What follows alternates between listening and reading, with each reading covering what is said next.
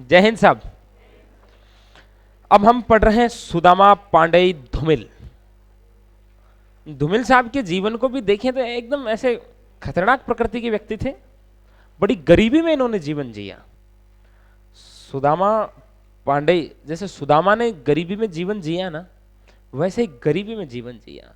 थे बड़े स्वाभिमानी प्रकृति के, मतलब बड़ी मुश्किल से पढ़ाई वढ़ाई की, इंटेलिजेंट थे। बाद में जाकर के एक लोग की फैक्ट्री के अंदर मजदूरी करनी पड़ी, जो है ना सरिये ले ले करके पूरे दिन लगे रहते थे। तो एक मित्र को पता चला, तो उन्होंने किसी एक कोलकाता में एक कंपनी थी, वहाँ इनको अच्छी पोस्ट दिलवाई, अच्छी तनख्वाह थी उस समय, और बड़े गौरवपूर्ण नौकरी मिल गई। ठीक है, स्वास्थ्य थोड़ा सा खराब हो गया।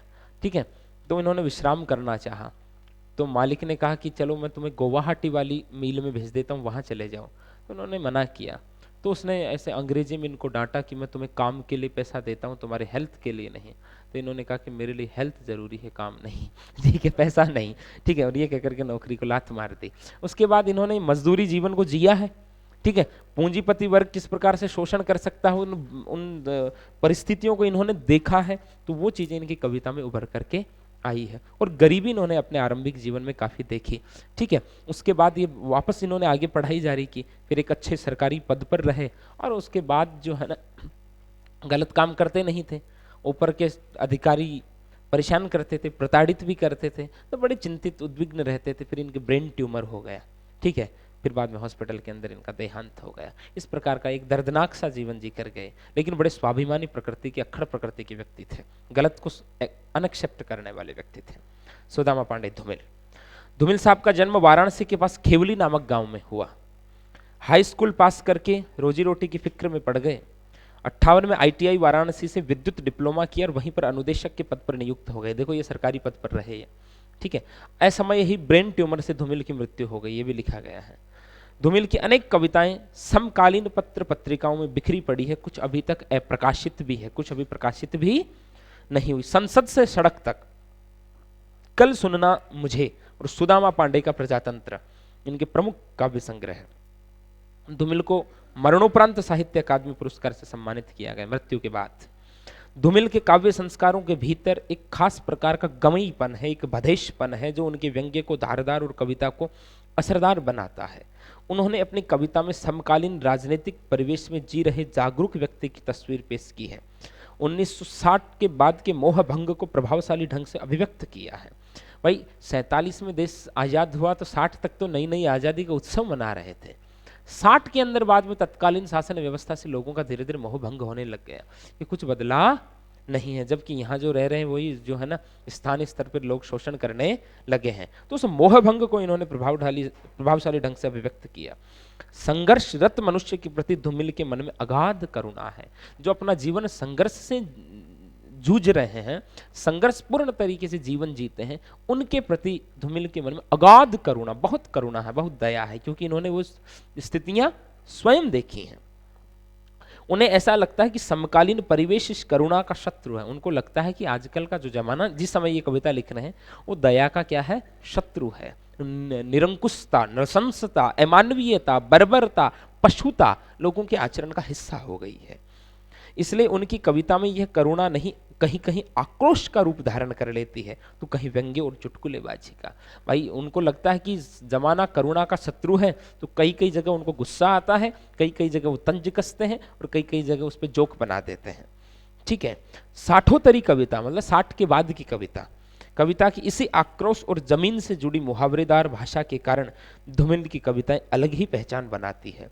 धूमिल की काव्य भाषा और काव्य शिल्प में एक जबरदस्त गर्माहट है, ऐसी गर्माहट जो बिजली के ताप से नहीं, जेठ की दोपहरी से आती है। ठीक है, पाठ्य पुस्तक में उनकी कविता घर में वापसी दी गई है। यह धूमिल की एक प्रमुख कविता है, जिसमें गरीबी से संघर्षरत परिवार की व्यथा कथा है। व्यथा मानी दुख की कथा है। मनुष्य संसार की भागम भाग भरे जीवन से राहत पाने के लिए स्नेह, ममत्व, अपनत्व और सुरक्षा भरे माहौल में घर बनाता है, और उसमें रहता है। यहाँ विडंबना यह है कि तमाम रिश्ते नातो स्नेह और अपनत्व के बीच गरीबी की दीवार खड़ी है। गरीबी से लड़ते लड़ते अब इतनी भी ताकत नहीं रही कि रिश्तों में ऊर्जा का संचार पैदा करने हेतु कोई चाबी बनाई जा सके जो इस जटिल ताले को खोला जा सके। कविता में एक ऐसे घर की आकांक्षा है जहाँ गरीबी दीवार की तरह बाधक न हो, माँ पिता बेटी पत्नी आदि का स्नेहिल वातावरण हो, ताकि जीवन संघर्ष में घर का सुख प्राप्त हो सके।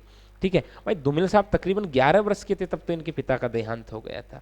12 वर्ष की उम्र में इनका विवाह कर दिया गया था। तो जीवन के संघर्षों को इन्होंने देखा है और इन्होंने इस हकीकत को जिया है कि रिश्ते नातों, भाई व्यक्ति संसार की पीड़ाओं से जूझते हुए, इस कविता का जो भाव है जो इसमें लिखा गया है कि संसार की पीड़ाओं से जूझते हुए घर बनाता है अपने लोगों के साथ रहने के लिए, ताकि बाहर की तमाम समस्याओं से जूझते हुए घर आए तो घर तो कम से कम क्या मिले, शांति मिले, अपनत्व मिले, प्रेम मिले। व्यक्ति को अपने जीवन में सबसे अधिक आवश्यकता प्रेम और करुणा की होती है। सबसे अधिक आवश्यकता उसको प्रेम और करुणा की होती है। अपमान के साथ उसे धन भी दिया जाए, सुख भी दिया जाए तो बहुत अधिक दिनों तक वो सुखी नहीं रह सकता। ठीक है, और यदि उसको गरीबी में भी ममत्व भाव मिल जाए, अपनत्व भाव मिल जाए तो वो संतुष्ट हो जाता है कहीं ना कहीं। हर व्यक्ति को सबसे अधिक आवश्यकता स्नेह की होती है, ये मान करके चलिए। लेकिन ये कह रहे हैं कि गरीबी की दीवार उस स्नेह के बीच में आ खड़ी हुई है। परिवार में 5 लोग तो हैं, 5 लोग ही हो गए ना। ठीक है भाई, पत्नी बेटी माता पिता और ये 5 लोग तो हैं। ये हर व्यक्ति के परिवार की कथा बना रहे हैं इस चीज को। लोग तो हैं लेकिन उन रिश्तों के बीच में गरीबी की दीवार खड़ी है, क्योंकि एक दूसरे की जरूरतें पूरी नहीं हो रही तो चिड़चिड़ाहट पैदा होती है। रिश्तों में जो आत्मीयता होनी चाहिए वह संवादहीनता पैदा होती है। संवादहीनता मतलब एक दूसरे से बात नहीं करते, आंख ही नहीं मिला पाते, क्योंकि दायित्वों की पूर्ति नहीं हो रही।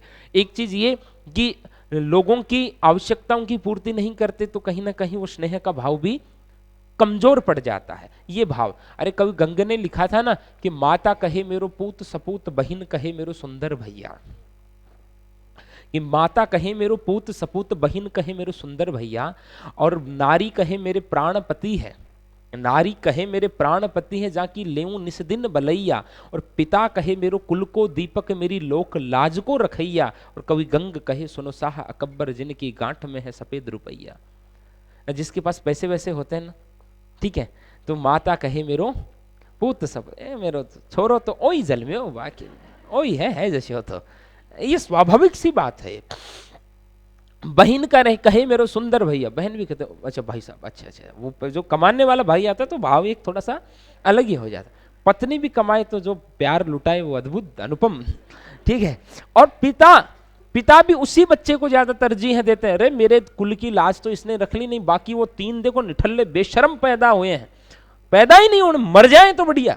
ऐसे डायलॉग विचारों को सुबह सुबह जो है ना नाश्ते की प्लेट में परोसे जाते हैं। ठीक है, और ठीक है, तो कवि गंग कहते हैं इसकी हकीकत क्या है कि जिसके पास क्या हो रूप, सर्वे गुणः कांचनम आश्रयन्ति। महाकवि भर्तृहरि ने नीति शतकम में लिखा कि सभी गुण धन में निवास करते हैं।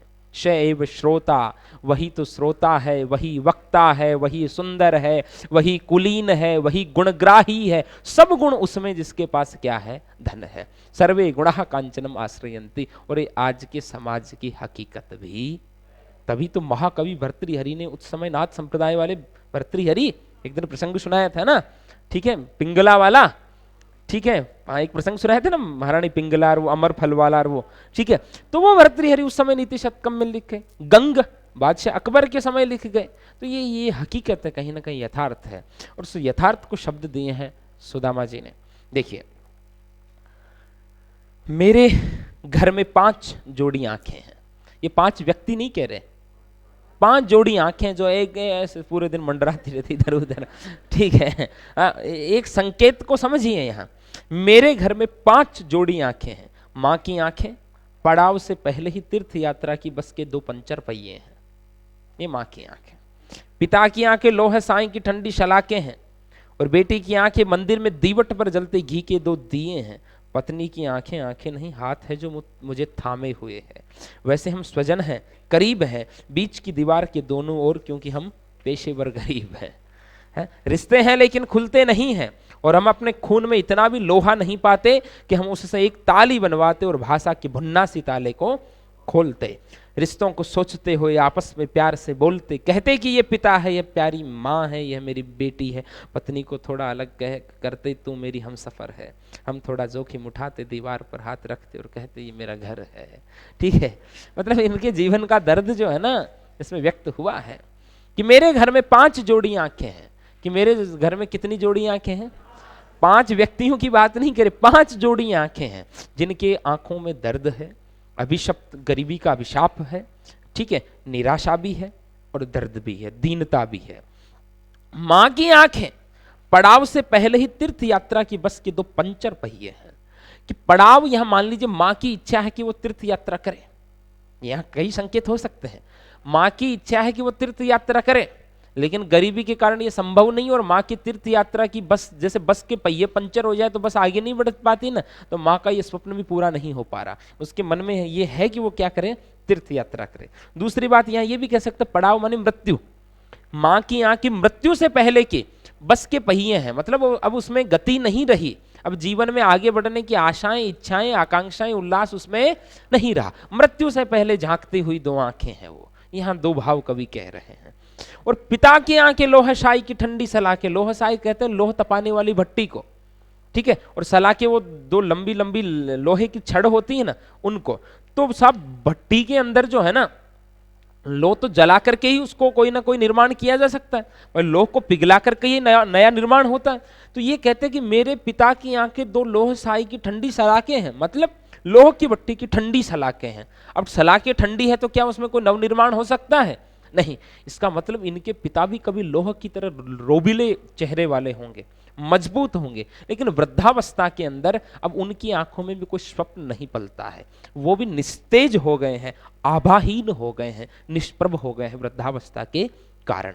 ठीक है, बेटी की आंखें मंदिर में दीवट पर जलते घी के 2 दिए हैं, और मेरी बेटी की आंखें मंदिर में दीवट पर, दीवट मानी जहां दिया रखते हैं ना मंदिर में, वह स्थान जलते घी के 2 दिए हैं। मतलब बेटी की आंखों के अंदर उनको थोड़ी सी चमक दिखती है, ठीक है, दिए की तरह चमक, आशाओं की चमक, और उनको भी वो कर्म के लिए प्रेरित करती। स्वाभाविक बेटी को देखकर भाई कल को बेटी का ब्याह करना, इसका पोषण करना, इसकी खुशियों के लिए कुछ करें, और उनको देख करके इनको भी जैसे मंदिर के दिए को देख करके आनंद मिलता है, इनको भी आनंद मिलता है। हर भाव यहाँ इन्होंने लिए। और पत्नी की आंखें आंखें नहीं हाथ है जो मुझे थामे हुए, और इनकी पत्नी सहधर्मिणी है, इनकी हर सुख दुख की साथी है। तो इन्होंने कहा कि पत्नी की आंखें आंखें नहीं हाथ है, मतलब उसकी ओर तो देख भी लेता हूँ तो उसकी आंखों में देखने भर से मुझे संबल मिलता है, क्योंकि वो मेरी सुख दुख की क्या है साथ ही, उसने मुझे हर स्थिति में संभाला है, साधा है। ठीक है, वैसे वैसे हम स्वजन हैं। यहां देखो कितना बड़ा व्यंग्य विद्रुपता का। वैसे हम स्वजन हैं, वैसे हम सब अपने हैं, परिजन हैं, हमारे खून का रिश्ता है, करीब है, और हम पास भी रहते हैं। यहां भी 2 भाव है कबीर के, ये सॉरी इनके सुदामा जी के। क्या कि जीवन की भागम भाग में कुछ लोग पैसे कमाने के लिए लगे रहते हैं, परिवार को समय नहीं दे पाते, वो साथ जीवन बिता ही नहीं पाते। लेकिन हमारे पास ज्यादा कुछ करने को है नहीं, गरीबी है, हम साथ तो रहते हैं, लेकिन हमारे साथ में भी एक बाधा है, बीच की दीवार के दोनों ओर, क्योंकि हम पेशेवर गरीब हैं, हम पुश्तैनी गरीबी चले आ रहे हैं, तो हमारे बीच भी एक गरीबी की दीवार खड़ी है, और वो दीवार हमारे स्नेह में, हमारी आत्मीयता में, हमारे पास रह करके भी हमें क्या कर रही है, दूर कर रही है। समझ गए?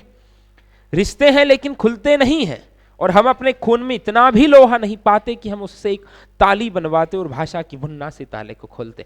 हम में आपस में रिश्ते हैं, ऐसा नहीं कि हम एक दूसरे से प्रेम नहीं करते, हमारे सबके आपस में एक दूसरे के प्रति स्नेह भी है, लेकिन खुलते नहीं है। खुलते मतलब आपस में बात नहीं करते हैं, संवादहीनता है, एक चिड़चिड़ाहट सी है, एक दूसरे की जरूरतें पूरी नहीं हो पा रही।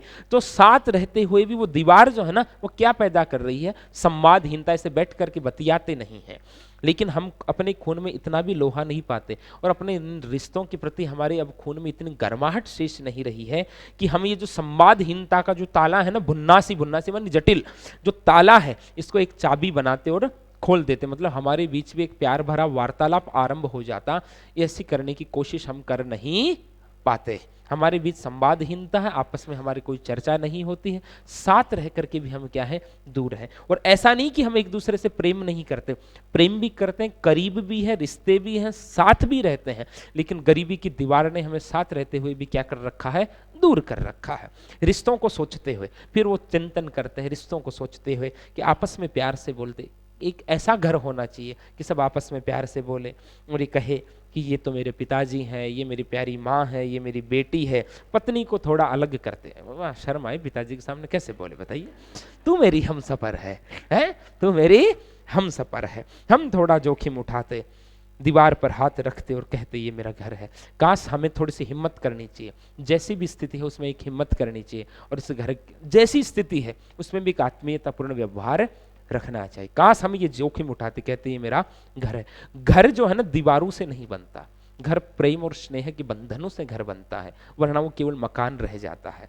ठीक है, तो इन्होंने यहाँ घर की परिकल्पना की है। ठीक है, तो समझ में आ गया होगा पूरा का पूरा भाव। भाई इन्होंने माँ की आंखों को पड़ाव से पहले की तीर्थ यात्रा के दो पंचर पहिए कहा है। इसका भाव क्या है कि दोनों भाव मैंने बता दी। मृत्यु से पहले माँ की आंखें जैसे कोई पंचर पहिया हो, गतिमान नहीं होते, और माँ तीर्थ यात्रा करना चाहती होंगी। ठीक है, और तीर्थ यात्रा का स्वप्न उनकी आंखों के अंदर पंचर, जैसे बस के पहिए पंचर हो जाए तो बस आगे नहीं बढ़ पाते, वैसे माँ की भी तीर्थ यात्रा का स्वप्न पूरा नहीं हो पा रहा। तो कहीं ना कहीं मन में, माँ के मन में इसकी आकुलता व्याकुलता है और आंखों में वो पीड़ा है। पिता की आंखें लोह शाही की ठंडी सलाखें, कभी तो पिताजी भी लोह की जो है भट्टी के अंदर गर्म सलाखों से नवनिर्माण करने वाले, मतलब संसार के इन तापों को झेलते हुए संघर्षपूर्ण जीवन जीने वाले जीवटता के धनी रहे हैं, लेकिन आज उनका भी शरीर कांतिहीन, तेजहीन, क्षीण हो चुका है, जैसे ठंडी सलाखें हों। अब भट्टी के अंदर ठंडी सलाखों से कोई नया निर्माण हो सकता है क्या? नहीं। अरे कई बार टीवी पे नहीं देखा होगा, वो सलाखें एकदम ऐसे अंगारों की तरह तपती रहती है, तभी जाकर के उनसे कोई नया सृजन होता है। तो अब पिताजी भी शक्तिहीन से हो गए हैं। बेटे की आंखें मंदिर में दीवट पर जलते घी के 2 दिए हैं, लेकिन मेरी बेटी की आंखें जैसे मंदिर में दिए जलाने का जो स्थान होता है वहां 2 घी के दिए जल रहे हो ना, वैसी है। भाई बेटी को देख करके इनको भी सुखानुभूति होती है। दिया प्रकाश का प्रतीक है, दिया आशा का प्रतीक है, उत्साह का प्रतीक है, दीपक उल्लास का प्रतीक है। ध्यान रखिए इस बात को। ठीक है, पत्नी की आंखें नहीं हाथ है जो मुझे थामे हुए, और इनकी पत्नी इनकी सहयोगी है भैया, हर स्थिति में साथ नहीं छोड़ रही हैं।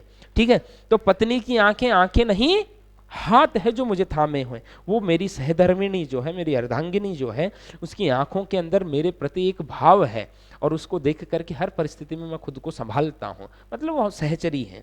वैसे हम स्वजन है, करीब है, वैसे हमारे बीच रिश्ता है, हम परिजन है, खून का रिश्ता है, हम साथ भी रहते हैं, करीब है, साथ रहते हैं, लेकिन बीच की दीवार के दोनों ओर, लेकिन हमारे एक बीच में गरीबी की दीवार खड़ी है, क्योंकि हम क्या हैं, पेशेवर गरीब है। रिश्ते हैं, हमारे खून का रिश्ता है, लेकिन खुलते नहीं हैं, लेकिन आपस में उन रिश्तों की कोई चर्चा नहीं होती, क्योंकि हम अपने खून में इतना भी लोहा नहीं पाते। हमारे रक्त में इतनी खून का रिश्ता है, लेकिन खून में इतनी गर्माहट शेष नहीं रही, मतलब रिश्तों में इतना आनंद शेष नहीं रहा कि हम आपस में बैठ करके बतियाएं।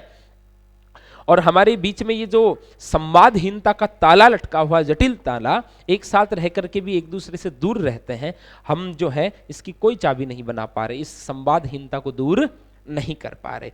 फिर बाद में क्या सोचते हैं, रिश्तों को सोचते हुए कि ऐसे रिश्ते होने चाहिए कि आपस में सब प्यार से बोले, कहे ये मेरे पिता है, ये मेरी माँ है, ये मेरी बेटी, और पत्नी को थोड़ा सा अलग करके कहे तू मेरी हमसफर है। देखो ध्यान रखा है इन्होंने इस बात का, मर्यादा का। हम थोड़ा जोखिम उठाते, दीवार पर हाथ रखते और कहते ये मेरा घर है, कि हमें भी थोड़ा सा ये जोखिम उठाना चाहिए। दीवार पर हाथ, दीवार कौन सी, गरीबी वाली दीवार, इसको हटाएं, और जैसी भी स्थिति है उसमें अपने घर का, आत्मीयता का बोध करें और जीवन को आनंद से जिए। ये कौन है, सुदामा पांडे धूमिल। अरे सुदामा ने भी गरीबी में जीवन जिया था, और सुदामा साहब ने भी गरीबी में जीवन जिया है। सुदामा ने भी तो गरीबी में जिया। फिर सुदामा की पत्नी ने कहा, डेली कहते हो कृष्ण मेरे मित्र हैं, कृष्ण मेरे मित्र हैं, द्वारिकाधीश मेरे मित्र हैं, जाओ कभी। लेकिन सुदामा जो है ना स्वाभिमानी, मैं कैसे जाऊं। पत्नी ने कहा समझाओ, क्या पता उनको पता ही नहीं हो तुम्हारी स्थिति कैसी, जाओ तो सही, क्या लेके जाऊं। तो पड़ोस से वो दो तीन मुट्ठी चावल लेकर के आई बेचारी। अब सुदामा जी पहुंचे हैं वहां, ठीक है, देख फिर बाद में वहां द्वारपालों को कहते हैं कि कहो कृष्ण से, कहो कृष्ण से, द्वारिकाधीश मेरे मित्र हैं। द्वारपाल चिढ़ाते हैं, तो स्वाभिमानी सुदामा गुस्सेल प्रकृति के व्यक्ति हैं, ठीक है, स्वाभिमानी है, रूट करके आ जाते हैं, काय का मिलता ही नहीं। वो चिढ़ाते हैं कि देखो द्वारिकाधीश का मित्र, पैरों के अंदर चप्पल नहीं है, धोती फटी हुई है, द्वारिकाधीश का मित्र। अब वो नौकर तो चिढ़ाए, ठीक है, सुदामा लौट करके चले गए। अंत भीतर भी सूचना मिली कान्हा जी को, कान्हा जी दौड़ते हुए भागते हैं और फिर तो सब उनको सिंहासन पर बैठाते हैं कि देख सुदामा की दीन दशा, करुणा करके करुणा निधि रोए, और पानी परात को हाथ छुयो नहीं, नैनन के जलसों पकद होए। फिर तो आंखों के जल से क्या धो दिए पक। अब सुदामा को वहां शर्म आई है, क्योंकि वो जैसे ही वहां सिंहासन पर बैठाते हैं तो कृष्ण की रानियां वहां खड़ी हैं और कान्हा जी के मित्र आए हैं, वो देख रही हैं, देखो खेल देखो, और प्रभु बावले हो रखे हैं। ठीक है, तो सुदामा पैरों को छिपाए, अरे मान तू मान, अब कान्हा जी तो खतरनाक आदमी, अरे ऐसे मत कर बुरा लगेगा। लेकिन कान्हा तो फिर ऐसे ऐसे क्रीड़ा करने वाले व्यक्ति हैं, वो तो आनंद लेते हैं। फिर बाद में उनको बढ़िया नहलाना धुलाना, वो बेचारे को नए नए कपड़े में पहला करके सजाया धजाया। फिर कृष्ण जी तो बदमाश तो है ही ना, अरे कि सुदामा भाभी ने क्या लिए भेजा, तू तो बेकार है, मुझे पता है तू तो बेकार है, लेकिन भाभी ने तो मेरे लिए कुछ भेजा होगा। अब कृष्ण ने ऐसा क्यों कहा कि जब ये गुरुआश्रम में पढ़ते थे तो गुरु माँ ने एक दिन कुछ चने दिए थे कि जब भूख लगे तो खा लेना। दोनों एक पेड़ पर चढ़े हुए हैं, बारिश आ गई, जा नहीं पाए, तो कान्हा जी ने पूछा, अरे सुदामा वो चने, तो सुदामा खा गया था। सुदामा जी ने कहा कि वो तो गिर गए बारिश में गीले होकर के नीचे, ठीक है, ये झूठ बोली। तो वो झूठ ने गरीबी लिख दी जीवन में, ठीक है, वो गरीबी लिख दी जीवन में, ठीक है। और बाद में वहां वो 2 मुट्ठी चावल 3 मुट्ठी चावल जो भाव से वहां दिए गए हैं, सुदामा ने उनको छिपा दिया, क्योंकि वो भी कृष्ण को जानते कि वो ढूंढेगा, वो पूछेगा, ठीक है। अब वो उसको रोकते, अरे खड़ी हैं ये इनके सामने, बेचारे को शर्म। कान्हा जी जबरदस्ती छीन छान करके वहां खाने लगे। पहली मुट्ठी के अंदर वैकुंठ का राज, ऐसे दो स्वर्ग का राज, पृथ्वी का, मतलब पूरा वैभव सौंप दिया जी। और तीसरी मुट्ठी खाने लगी तो रुक्मिणी जी ने हाथ पकड़ा कि रुको प्रभु, माने ही दो, अकेले कैसे खा रहे हो।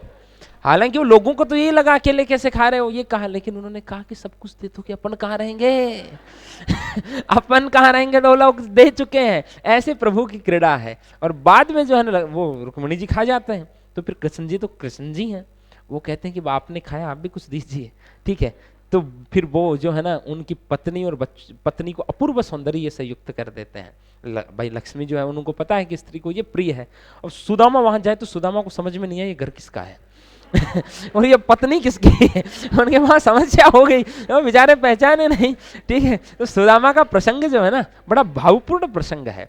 और खास तौर पे रामानंद सागर जी ने श्री कृष्णा में, रामानंद सागर ने दो रचनाएं की। जैसे तुलसी ने रामचरितमानस लिखा, सूर ने जो कृष्ण की बाल लीला लिखी, वैसा ही योगदान रामानंद सागर का भी भारतीय पौराणिक आख्यान परंपरा में है कि उन्होंने इन दोनों वृतांतों को मूर्त रूप दिया। अरे भाई जब भी रामायण देखते हैं तो ऐसे लगता है कि राम जी ऐसे ही होंगे, अरुण गोविल, ठीक है, और ऐसे लगता है रावण भी ऐसा ही होगा। मतलब उस पूरे प्रसंग को देखते समय कहीं भी ये अनुभव नहीं होता कि ये कोई बाद में कोई बनाई गई। ऐसे लगता है कि त्रेता युग में ऐसी ही कोई परिस्थितियां रही होगी। पूरा जनक जी वैसे बड़े उदार, दशरथ जी बड़े वशिष्ठ, विश्वामित्र, पूरे के पूरे पात्र ऐसे, ठीक है। और श्री कृष्णा को देखो, ये सुदामा ऐसे ही होंगे, कृष्ण भी इतने ही दिव्य होंगे, ऐसे भाव रहते हैं। अब आजकल ये बनाते हैं, मतलब ऐसे कैमरे को इधर से दिखाएंगे फिर इधर से दिखाएंगे, मतलब पूरा का पूरा उनको एकता कपूर जैसी स्थिति बना दी उन्होंने कार्यक्रमों की, ठीक है। वो एक द्रौपदी को तो मतलब अलग ही ढंग से दिखाया उन्होंने, मतलब वो बेचारे गुस्से में आ गए ये अपने मुकेश खन्ना साहब। अरे महाभारत को देखो, B.R. चोपड़ा ने बनाई, वो महाभारत में भी ऐसे लगता है कि भीम ऐसा ही होगा, है? हाँ, अरुण गोविल, हाँ उन्होंने लोगों ने अपने जीवन को जिया जी। वही लता जी वाली बात, वो उन्होंने एक दिन बताया। अरुण गोविल एक दिन मॉरिशस गए हुए थे, वहां के मैं सिगरेट पी रहा था। एक व्यक्ति ने आकर के मुझे अंग्रेजी में बहुत कुछ सुनाया, मुझे समझ नहीं आया। मैंने पूछा इसने क्या कहा, कि इसने गालियां निकाली आपको कि आप राम हो और आप ये सिगरेट पी रहे हो। उस दिन उन्होंने त्याग दी। और श्री कृष्णा में जिन्होंने कृष्ण का रोल किया उन्होंने सन्यासी ले लिया। वह उन्होंने श्री कृष्णा में, रामायण महाभारत वाले नहीं, श्री कृष्णा में जिन्होंने श्री कृष्ण का रोल किया था ना, रामानंद सागर वाले में, उन्होंने जीवन को जो है ना पूरी तरह से एकदम विरक्ति का भाव ही उनके हृदय में पैदा हो गया। तो ऐसे वो रामानंद सागर का भी बड़ा योगदान है। वो हनुमान जी दारा सिंह जी को बना दिया, बताइए जो बेचारे ऐसे आंखें ऐसे घुमाते रहते हैं, बड़ा आनंद आता है। खैर अपना ये अंतरा भाग प्रथम आज यहाँ विश्राम लेता है। आप सब भी हंसते रहें, मुस्कुराते रहें, खिलखिलाते रहें। जय हिंद।